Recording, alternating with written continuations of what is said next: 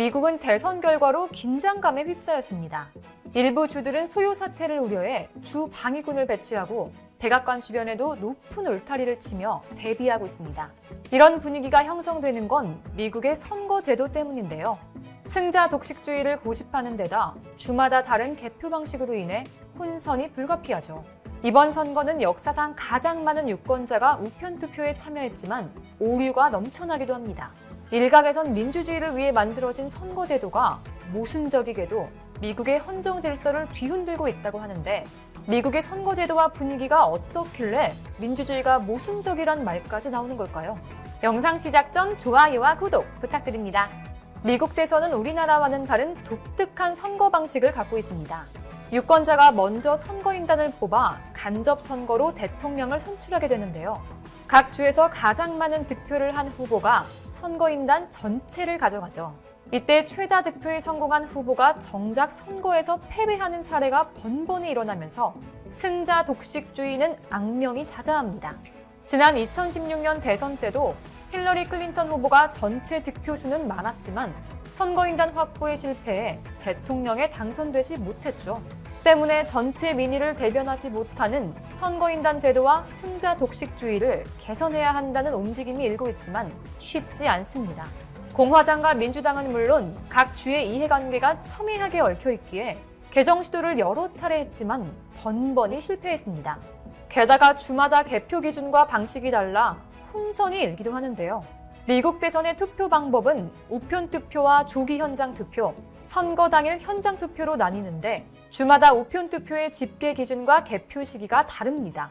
예를 들어 플로리다주는 선거 당일까지 도착한 우편 투표만 인정하는가 하면 펜실베니아주는 선거일 이후 3일 전까지 도착한 표를 유효하다고 판단하는 겁니다. 또 개표 시점의 경우에도 펜실베니아는 당일 현장 투표 종료 후 개표하도록 하는 반면 플로리다는 현장 투표 마감 전 일찌감치 개표 절차를 허용합니다.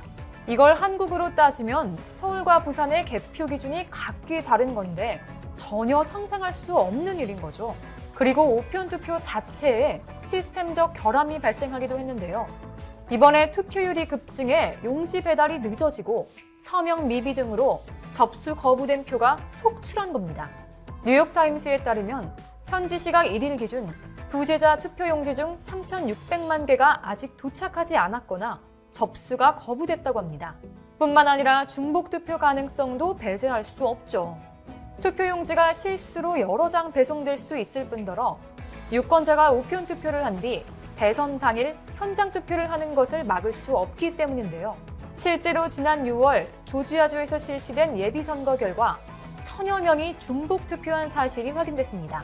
이런 허술한 선거 시스템으로 인해 트럼프와 바이든 지지자들 모두 선거 결과에 불복한다면 최악의 경우 극한 갈등 상황까지 몰릴 수 있죠.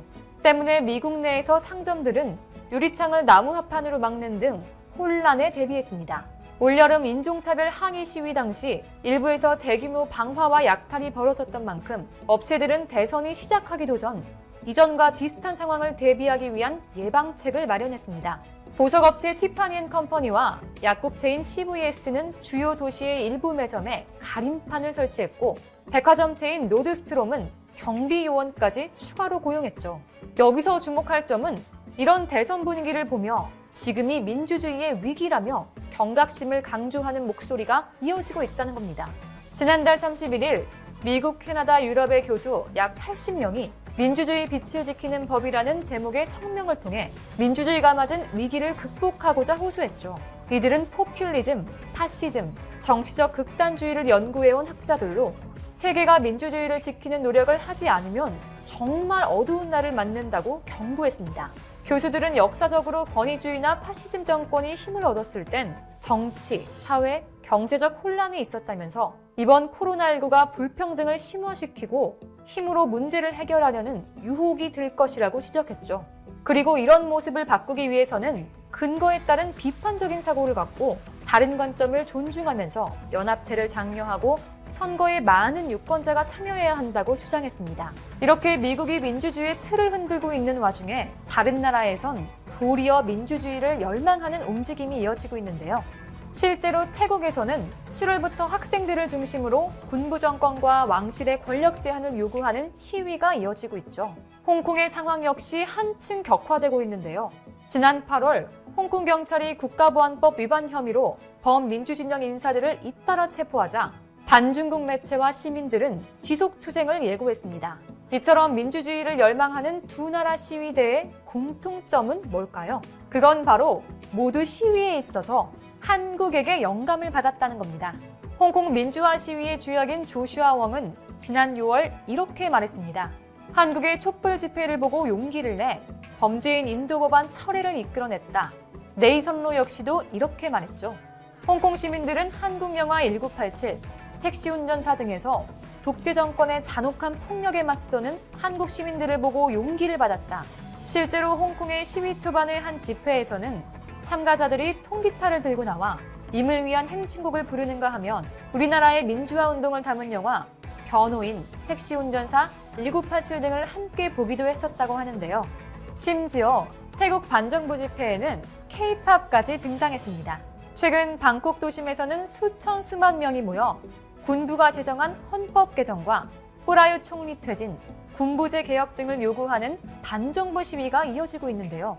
이에 5인 이상의 정치 집회 금지를 포함한 비상포고령을 발령했지만 시위대는 곳곳에서 게릴라 형식으로 집회를 이어가고 있습니다.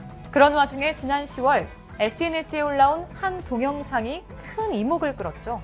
방콕 시내 도심에서 진행된 집회의 참가자들이 마스크를 쓴 채 소녀시대의 다시 만난 세계에 맞춰 춤추고 함께 노래를 부르는 모습이었습니다. 게다가 K-팝 팬클럽은 무려 약 300만 바트, 우리 돈 약 1억 962만 원 정도의 성금을 모아 전달하기도 했습니다.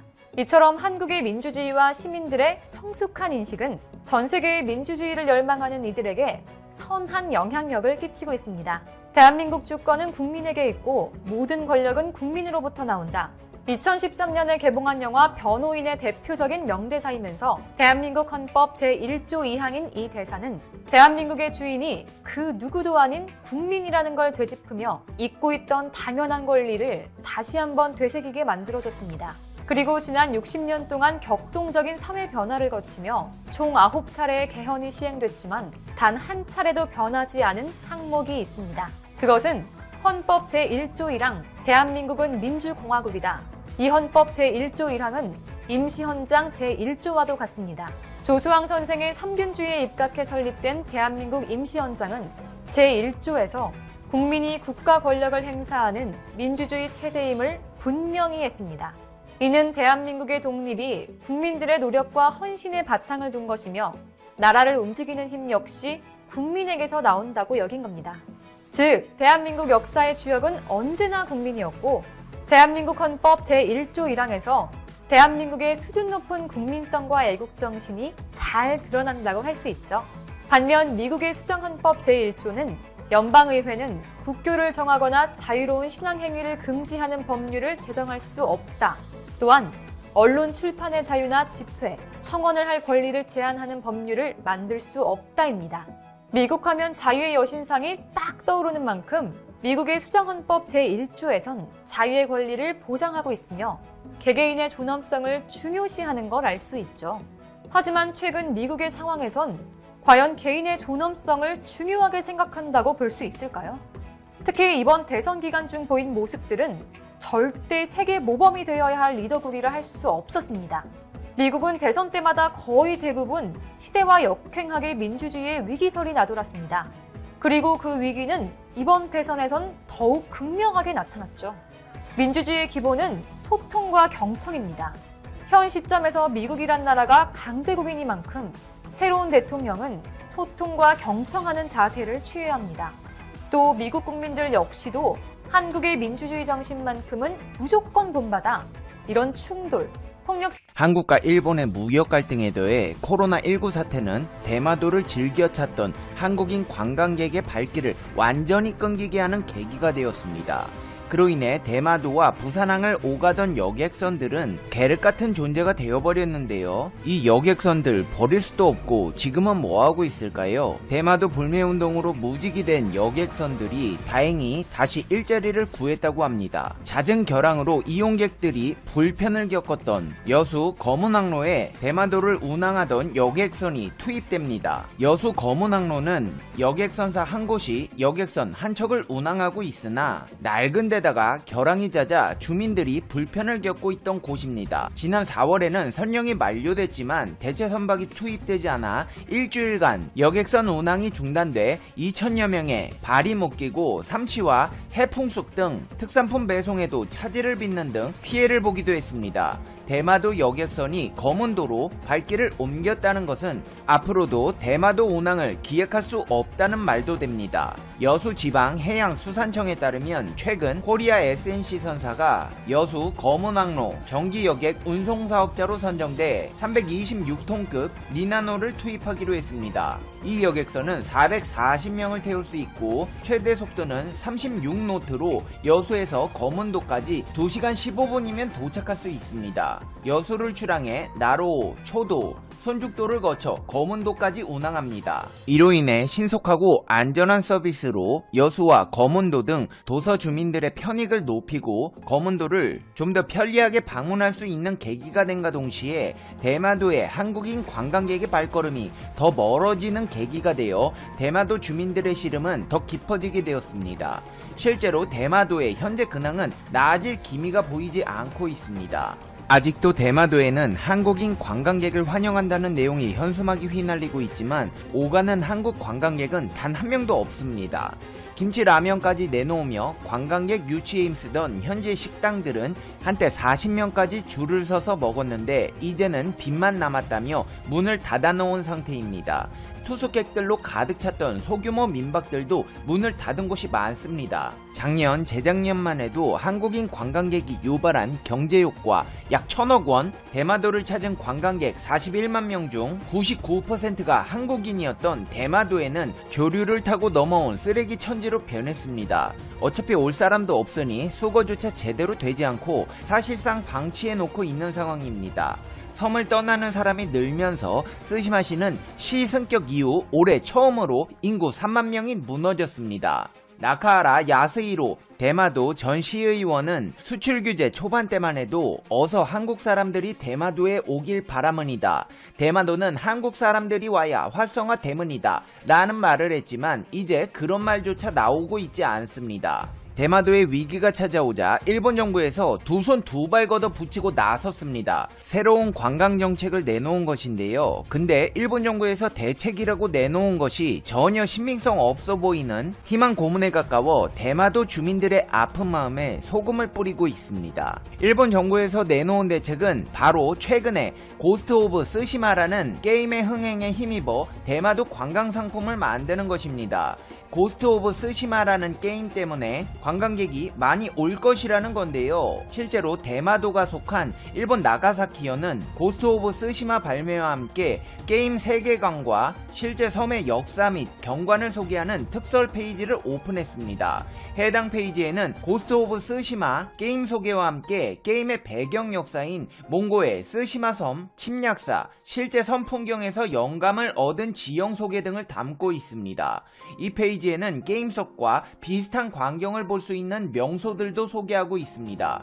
지도에는 와타스미, 신사와 시라타케산, 코모다해변, 대마도주의 카네이시성, 반쇼인 사찰 등 대마도의 인기 볼거리들이 표기되어 있습니다. 이와 함께 게임에서도 만나볼 수 있는 시라타케산, 트레킹 코스, 유적 탐방, 바다카약 등의 관광상품과 냄비요리, 메밀국수, 붕장어 요리 등도 함께 언급하며 스시마섬의 이곳저곳을 광고합니다. 해당 페이지는 일본어뿐 아니라 영어로도 번역되어 있어 외국인 게이머들의 방문도 유도하고 있습니다. 일본 정부에서 적극적으로 추진한 고스트 고스트 오브 스시마 연계 특설 페이지는 자국민을 비롯한 해외 관광객을 끌어들여 스시마 섬이 처한 상황을 타개하고자 하는 일환으로 보입니다. 이는 일본 정부가 최근 시행 중인 자국 관광업계 진흥책 고투 트래블과도 일맥상통합니다. 하지만 고스트 오브 스시마의 흥행을 얻고 쓰러져가는 대마도를 살리려는 일본 정부의 노력은 물거품이 되어가고 있습니다. 대마도 관광 활성화 정책에도 나가사키현이 주요 고객층으로 점찍은 본토에 있는 일본 자국민이나 제3국 여행객들의 방문을 찾아볼 수가 없습니다. 일본 본토와 대마도의 거리가 상당히 멀기 때문입니다. 가뜩이나 코로나로 가까운 곳에 가는 것조차 꺼려지는 요즘 차를 몇 번이나 바꿔 타고 배까지 타야 하는 대마도로 가기에는 너무 번거롭기 때문입니다. 한산해진 대마도를 두고 일본인 네티즌들의 반응은 이렇습니다. 한국인을 상대로 돈을 버는 사람은 어쩔 수 없다고 생각하문이다. 대마도 관광지는 불친절하문이다. 한국인의 영향일까? 그냥 망해라. 일본보다 한국에 더 가까우니 대마도에 해처리 시설을 만들자. 그러면 한국으로 방사능이 갈 거 아니야. 대마도에 대규모의 자위대를 주둔시켜야 하문이다. 더 이상 한국인들이 못 들어오게 해야 하문이다. 등의 반응을 보였습니다. 상황이 이런 가운데 자위대의 설립 목적을 알 수 있게 하는 일본 아사히 신문의 1953년 9월 11일자 기사가 세간의 이목을 집중시키고 있습니다. 일본 자위대는 독도를 한국으로부터 뺏어오고 한국으로의 대마도 반환을 무력화하기 위해 창설되었다는 기사가 나온 것인데요. 일본은 지금까지 자위대가 6.25 전쟁 후 자국의 방위를 위해 조직되었다고 말하고 있습니다. 하지만 아사히 신문의 사료 발굴로 이는 명백한 오류임이 밝혀졌다는 것입니다. 이 같은 내용의 일본 아사히 신문 기사는 오사카 시립중앙도서관 신문 보관실에서 발견되었는데요. 지난 1953년 9월 10월 당시 개진당 시게미 치마모루 총재가 기자회견을 열고 자위대를 창설하도록 했으며 관련 내용은 1953년 9월 11일 아사히 신문을 통해 보도되었습니다. 아사히 신문은 한국이 일본 어선을 포획하고 문제를 일으키는 것은 일본이 자위군을 가지고 있지 않기 때문이라고 지적하고 한국은 어선 포획을 강화해 일본 영토 독도까지 손을 뻗치고 있다. 이런 상태로는 오키섬 대마도에도 한국의 군대가 언제 상륙할지 모른다며 그때는 일본이 손을 쓸 수 없는 만큼 일본 자위대를 조직 대응토록 했다는 것입니다. 이 사실을 발견한 김문일 한일문화연구소장은 일본이 당시 독도와 대마도를 운운한 후 일본 자위대 조직을 만들었다. 이승만 대통령이 대마도는 조선 땅이라고 선포할 때 일본은 이미 조직된 자위대를 통해 대마도를 견고히 지켜냈다. 이 사실은 대마도도 조선 영토임을 스스로 인정한 것이다. 결국 독도를 빼앗고 대마도를 지키고자 일본이 자위대를 조직한 것이 정확하다고 주장했습니다. 한국인 관광객들에게 얻은 경제적 이득을 통해 생계를 유지하면서도 대마도를 찾은 한국인 관광객들을 문전박대하며 불청객 취급해오던 대마도 주민들. 이제는 게임까지 이용해가며 어떻게든 다른 관광객들을 포섭하기 위해 눈물겨운 노력을 기울이고 있지